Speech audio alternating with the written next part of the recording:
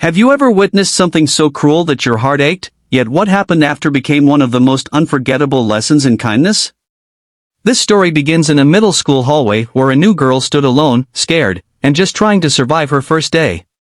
She had no idea that a group of bullies was about to target her mercilessly, or that her mom, a former Navy SEAL instructor, would show up at the very moment everything went too far. Before we dive in, if you enjoy inspiring real-life stories that touch the heart and remind us of the power of kindness, make sure to subscribe to your channel name, hit the like button, and share your thoughts in the comments. Your support helps us bring more meaningful stories to the world. It was early fall in Ridgewood, a quiet suburban town where everyone knew everyone except for 12-year-old Emily Carter and her mom, Sarah.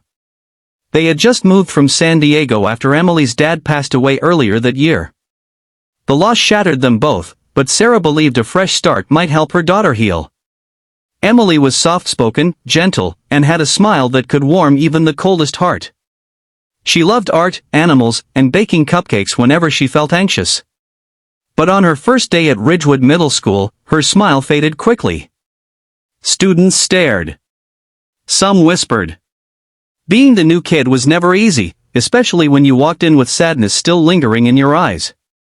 At lunch, Emily sat alone at the far end of the cafeteria, quietly eating the sandwich her mom packed: turkey, cheese, and a little note scribbled on a napkin: "You are stronger than you think.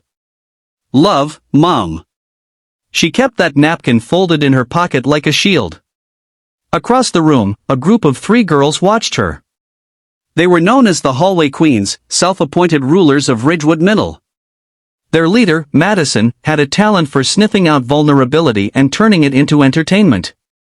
With perfectly braided hair, expensive sneakers, and a fake confident smirk, Madison strutted over to Emily's table with her 2 friends trailing behind like shadows. Well, look what we have here," Madison said with a sugar-sweet voice that hid poison underneath. "New girl couldn't find anyone to sit with? Ah, how sad." Emily tried to smile politely.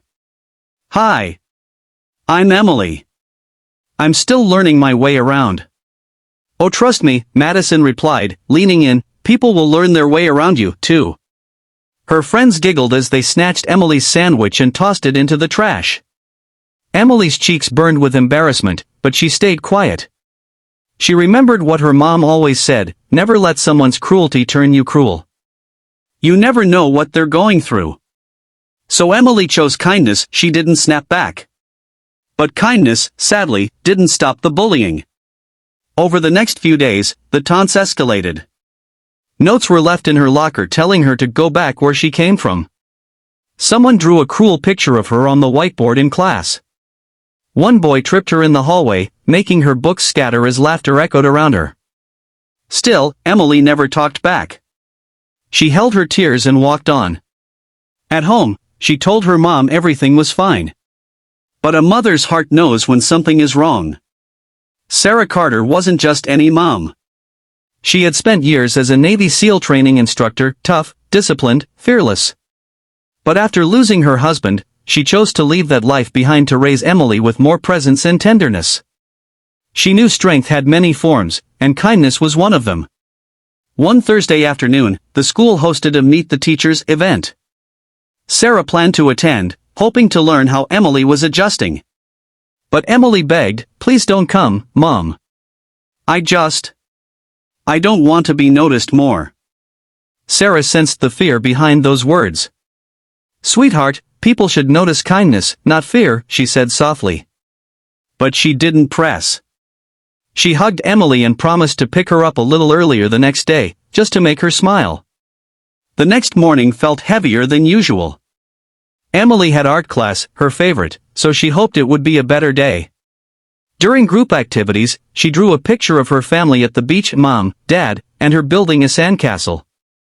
Madison walked by, glanced at the drawing, and smirked. "What is that supposed to be?" "A homeless family camping on the beach," she mocked loudly. The class snickered. Emily's heart clenched. She excused herself and rushed to the bathroom, tears finally spilling. Inside the stall, she pulled out the napkin from her mom and whispered the words like a prayer. "You are stronger than you think." At dismissal, Sarah decided to surprise Emily by picking her up a little early. She parked near the school and walked inside to wait. As she passed the gym, she heard voices, angry, cruel voices, and then a thud. Inside the hallway near the locker room, Madison and her two friends had cornered Emily. They shoved her to the ground, kicking her backpack and knocking her sketchbook onto the floor. One girl mimicked her crying voice while another kicked the drawing she cherished. "Why don't you just leave? No one wants you here," Madison shouted as she kicked Emily's leg hard enough to make her wince in pain. Emily curled into herself, whispering, "Please, please stop." That was the moment everything changed. A voice, calm but filled with unmistakable steel, cut through the hallway. "Is this what you consider strength?" The girls froze.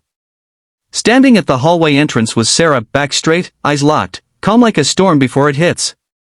She walked forward with measured steps, and for a moment, the bullies looked as if they were facing a drill sergeant, which, in truth, they were. Madison attempted to toss her hair and look unfazed. "We were just joking."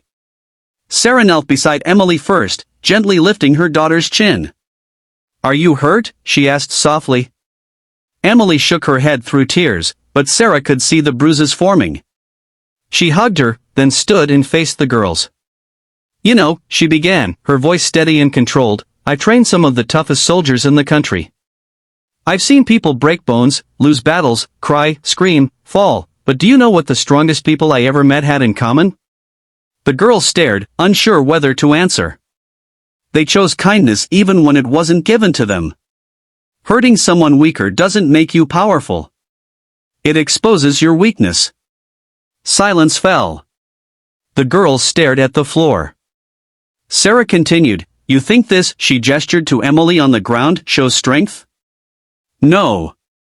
Real strength is lifting others up. Real strength is stopping the bullying. Real strength is being the person who says, 'Enough.'"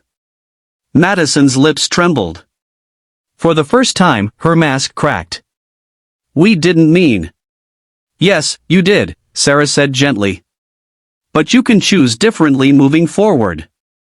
Kindness is a choice. And so is cruelty." The school counselor had heard commotion and arrived just as Sarah finished.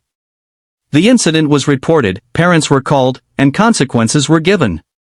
But something else happened that no rule book could enforce. The next day, Madison approached Emily, not with her entourage, not with her fake confidence, but with eyes red from crying. I'm sorry," she muttered. "I shouldn't have done any of that. Everyone expects me to act tough, and I guess I took it out on you." Emily, still hurting, looked at her. In a shaky voice, she asked, "Why me?" Madison swallowed. "Because you were kind. And I didn't know how to handle that." Her voice broke. "My dad left last year. Everyone just tells me to toughen up. I thought being mean meant being strong." Emily's heart softened. Pain recognized pain. She didn't excuse what happened, but she understood it. "Kindness is harder," Emily said quietly. "But it feels better." In a moment that surprised everyone, Emily extended her hand, not in friendship, not yet, but in a gesture of humanity. Madison took it. With time, Emily made real friends, ones who appreciated her creativity, her gentleness, and the quiet strength she carried. Madison worked hard to change, step by step. She apologized to others she had bullied, joined the kindness club, and slowly rebuilt trust. As for Sarah, she became a guest speaker at the school. She led workshops on courage, kindness, and emotional strength, sharing that toughness doesn't come from cruelty, but from compassion. Students listened. Parents thanked her. Teachers invited her back again and again. Emily found her place. Her smile returned. She and her mom started a community project called Strength and Kindness, encouraging students to perform small acts of goodness. Before long, Ridgewood Middle went from a school with bullying whispers to a school with kindness walls literally covered with sticky notes of encouragement, all inspired by one girl who refused to let pain turn her cold. And the napkin with her mom's words? Emily framed it on her bedroom wall. "Life will always have people who choose cruelty. But kindness has the power to break cycles, heal wounds, and transform hearts, even the hearts that